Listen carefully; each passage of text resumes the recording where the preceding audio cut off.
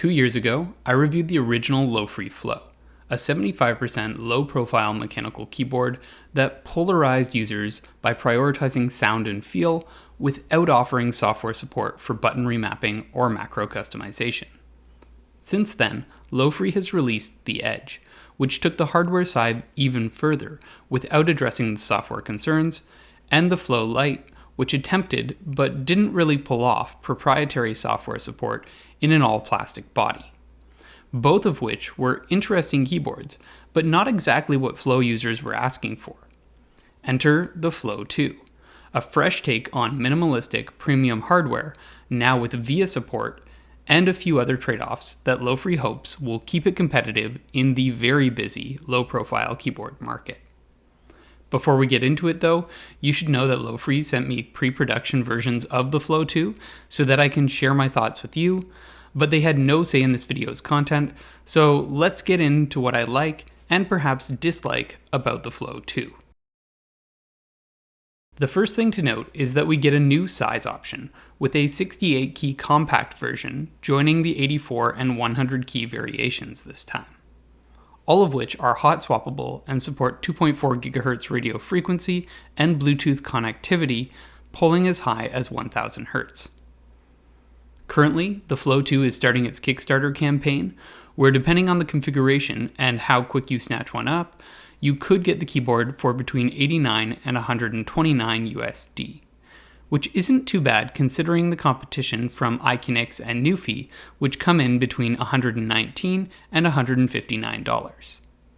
That said, LoFree is still working out what the final price on the Flow 2 will be after the campaign, but based on their claimed Kickstarter discounts, it could go as high as $209, which I personally think is unlikely and more of a marketing play. That said, we'll see what happens. The Flow 2 will also come in these two color variations, a silver version with white keycaps, as well as a space gray color with black keycaps. LoFree has also opted to introduce 3 new Cloud Series Kale collaboration switches, which is a little risky because their previous Shadow Series switches from the original Flow and Flow Lite were widely hailed as fantastic. These new switches come in 3 flavors: Linear Surfer, Tactile Pulse, and Silent Linear Void, all of which have 40 gram force activation pressure, 2.4mm travel, and palm construction, as well as a new, and quite large, polycarbonate clear window to transmit the keyboard's backlight. I'll include some sound samples of each in just a little bit. Unfortunately though, as with the original Flow, LoFree has opted to restrict switches to different colors of the Flow 2. So, you can only get the tactile switches with the gray and black version of the keyboard, and the silver and white versions will only get either the linear or the silent switches, with the silent switches costing an extra $10. This seems like an unnecessary restriction, and while I imagine the switches will be available for purchase separately, this is an added expense that I don't think will be well received. That said, I've already seen a good amount of positive chatter online about the new hyper-minimalistic look of the Flow 2, which is more or less identical across the 3 sizes. The all-aluminum body remains, but has a finer 205 grit finish that looks and feels really clean, and all of the rose gold color accents of the original Flow have been replaced by a simple, flat, and somewhat sharp body design. The front, back, and left end are all completely blank, as is the underside more or less, with the exception of the new flip-out kickstand feet that hide the power and connection mode toggle, and which elevate the keyboard from its perfectly flat 0-degree typing position to either 5 or 7 degrees, depending on whether you have the 184 key versions or the smaller 68 key one. Personally, I'm not a big fan of the flat typing position, but I find all of the inclined ones plenty comfortable, even without a palm rest. Really though, the standout changes of the Flow 2 are all concentrated on the right end of the keyboard, where, in addition to the subtle debossed LoFree logo, we also find a 30mm wide bezel. This looks interesting, but in my experience makes the keyboard more challenging to fit into a knapsack. That said, I do like that the LED light bar has been moved up from the front center of the keyboard to where it's more prominent, directly above the USB-C connection port on the right end. However, for some reason, LoFree is only using this light bar to communicate status change, so most of the time it's just off if you're using it wirelessly, when it could be used to communicate caps lock or wireless pairing status.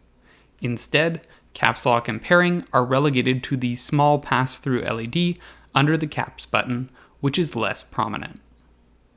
Back to the right end though, this wider region exists to house a new daughter board inside of the keyboard that controls this new capacitive touch bar, which is pretty neat.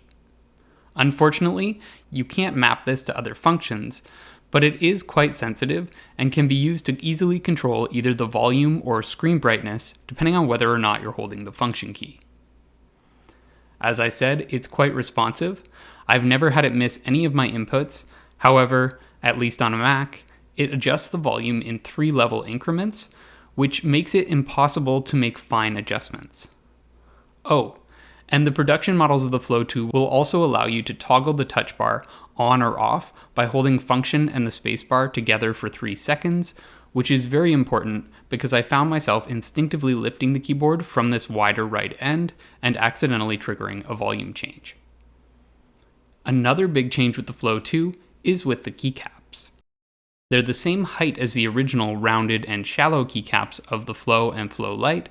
However, they have a new, sharper profile that has deeper concavity and only dips in from left to right across the keyboard, which gives the keys a much more defined feel.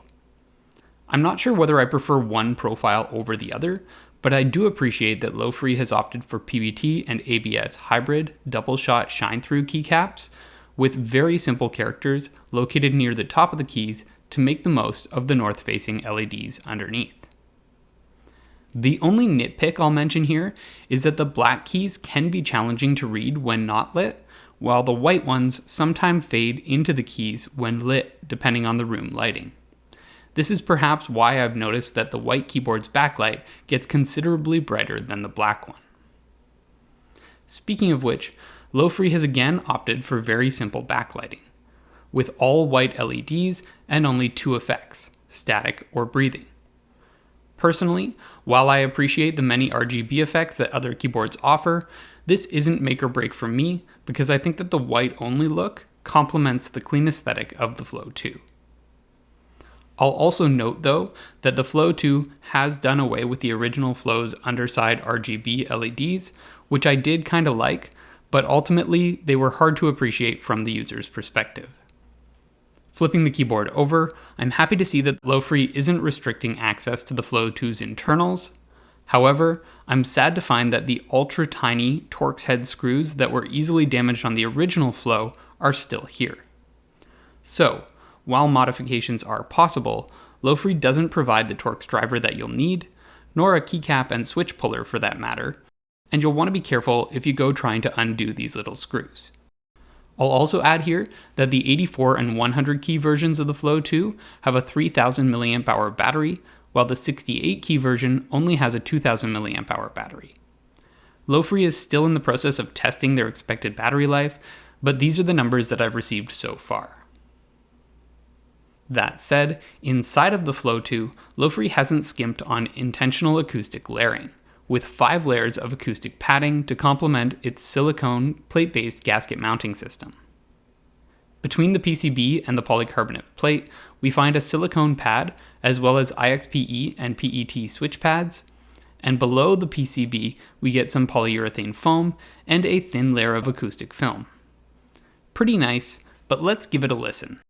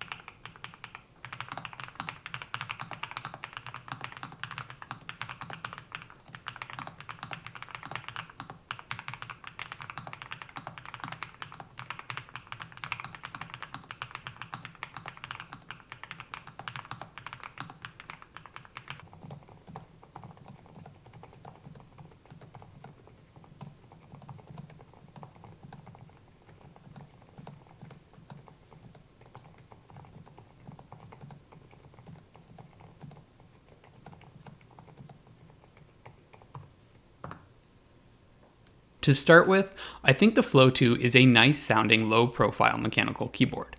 However, it hasn't retained the exact same sound profile and feel of the original Flow. In my experience, the Flow Lite more or less feels as smooth and marbly as the original, but it's a little bit louder, while the Flow 2 has the same volume increase over the original Flow, but to my ears it sounds a little sharper and clackier. This isn't necessarily a bad thing, it's just a clearer and sharper sound than the original, something I would honestly attribute to the new switches more so than the keyboard structure. Speaking of which, all of the cloud switches feel pretty good, smooth and responsive. However, I think that the original Shadow series switches remain my favorite low-profile switches overall. They've just always felt incredibly smooth to me. That said, the new Silent Void switches may just be the quietest low-profile switches I've ever tried. Just a hair quieter, but as smooth as the Hades switches from the original Shadow series. The last thing worth mentioning, which is actually one of the most important, is that the Flow 2 is now VIA compatible. Finally. There isn't anything too special about the implementation of VIA, as you would expect for a standardized open source firmware, but you get access to all of the basics like key remapping and macro customization across 4 layers, which corrects the biggest flaw of the original Flow. That said, are the new design, touch bar, and VIA support enough to push the Flow 2 to the front of the low-profile keyboard market? That, I think, will depend a lot on what its final price ends up being. I'm hoping for somewhere between $120 and $150, but I'm not too sure. Overall, the Flow 2 remains a form-first, low-profile mechanical keyboard that isn't too feature-rich, but has a solid construction and professional aesthetic that I think many people will like. I'm also very happy to see that it's now offered in a 68-key version. That's actually my favorite size of the trio. However, I'm a bit frustrated by the configuration restrictions that LoFree has put in place regarding switches. Given the switch performance, I would probably opt for the silent version of the 68-key keyboard in white and pick up a set of either linear or tactile Shadow series switches as a complement. But what do you think? If you're interested in picking up the Flow 2, I'll leave my affiliate links in the video description so that you can save some money on whatever the post-Kickstarter price ends up being. And otherwise, if you found this video helpful, please hit the like button, consider subscribing, and I'll see you next time.